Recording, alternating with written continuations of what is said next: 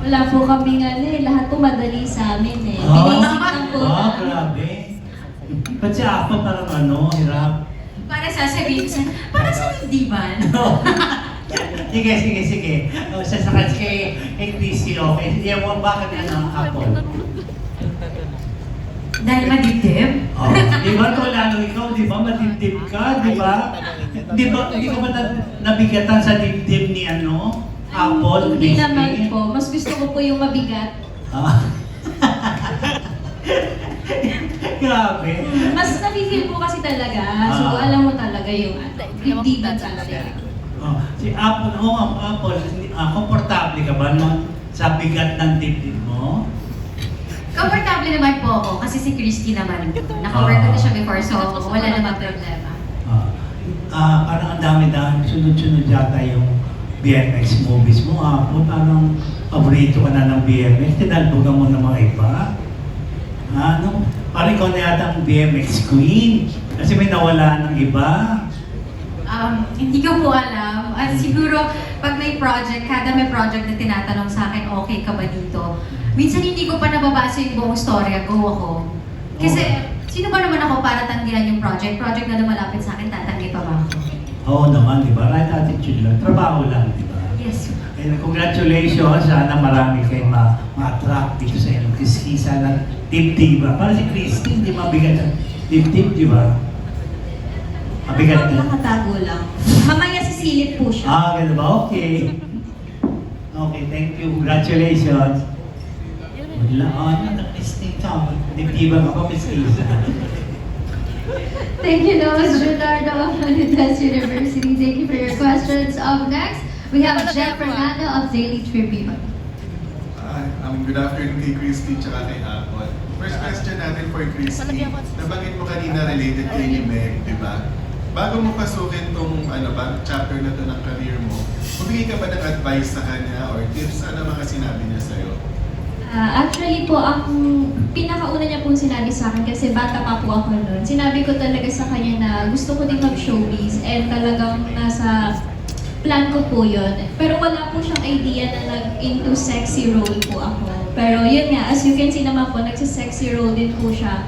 Pero sa sinabi po niya sa akin is kung ano yung, kung saan ako masaya doon ako kasi hindi siya medyo okay into like that na nudity, ganyan. So, support pa rin po siya kasi nagsisexy movie din naman po si Ate Meg. So, nagulat din po siya kasi dati baby nga daw po niya ako, tapos biglang boom, ayan. Kita na ang jugjugan. Okay. For Apple naman, from performing, di ba? Performer ka, singer. Paano yung itong chapter na to ng career mo na pagpapasexy, paano mo ito pinaghandaan? Gaya ni Christy, may pinag-ingan ka rin ba ng advice or tips o sa papasukin mong bagong image na to? Paano mo pinaghandaan itong image mo na to? From singing, tapos eto ka na sa BMX. Kasi nung nasa girl group ako before, I came from 2 girl groups po kasi.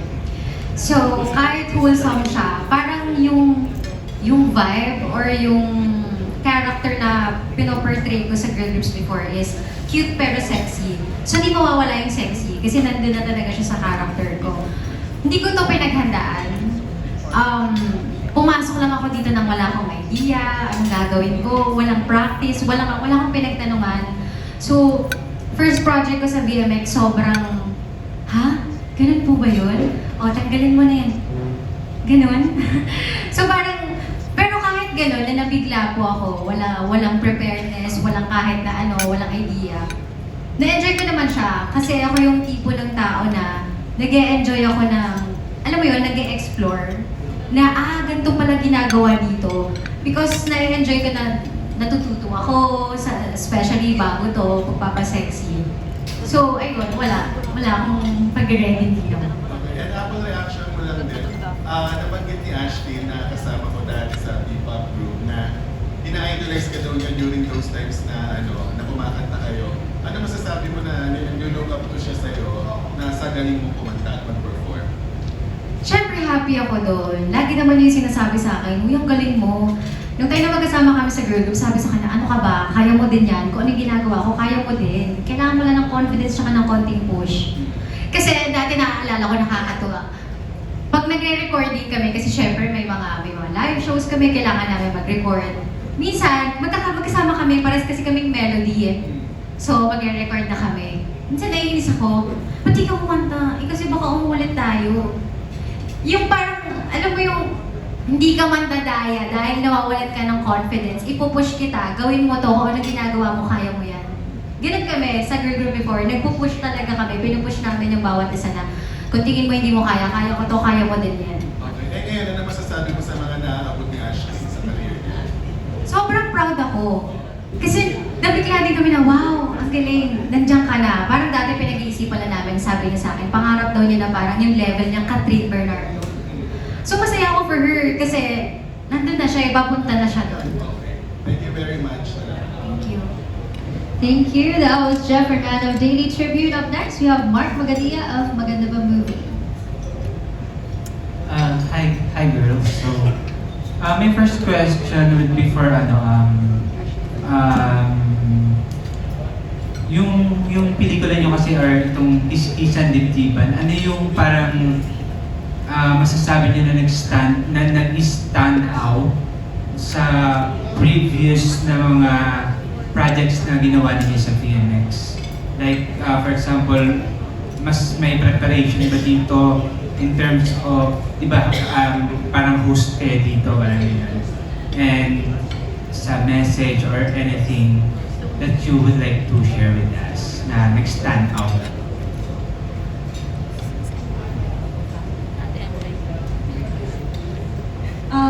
For me po, lahat naman po ng hinost namin na movies is nag-stand out kasi alam naman po namin na lahat ng movie na yun is pinaghandaan and walang movie na hindi napaghandaan kasi alam naman po natin na very kailangan ready ang VMX movie. So, for us, talagang nag-stand out po lahat ng movies na pinalabas namin.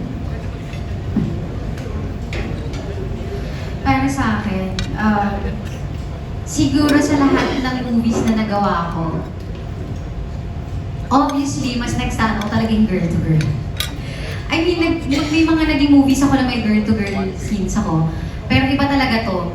Yun lang yung masasabi ko. Siguro dahil first time ko din na puro babae, na yung scenes, alam mo yon.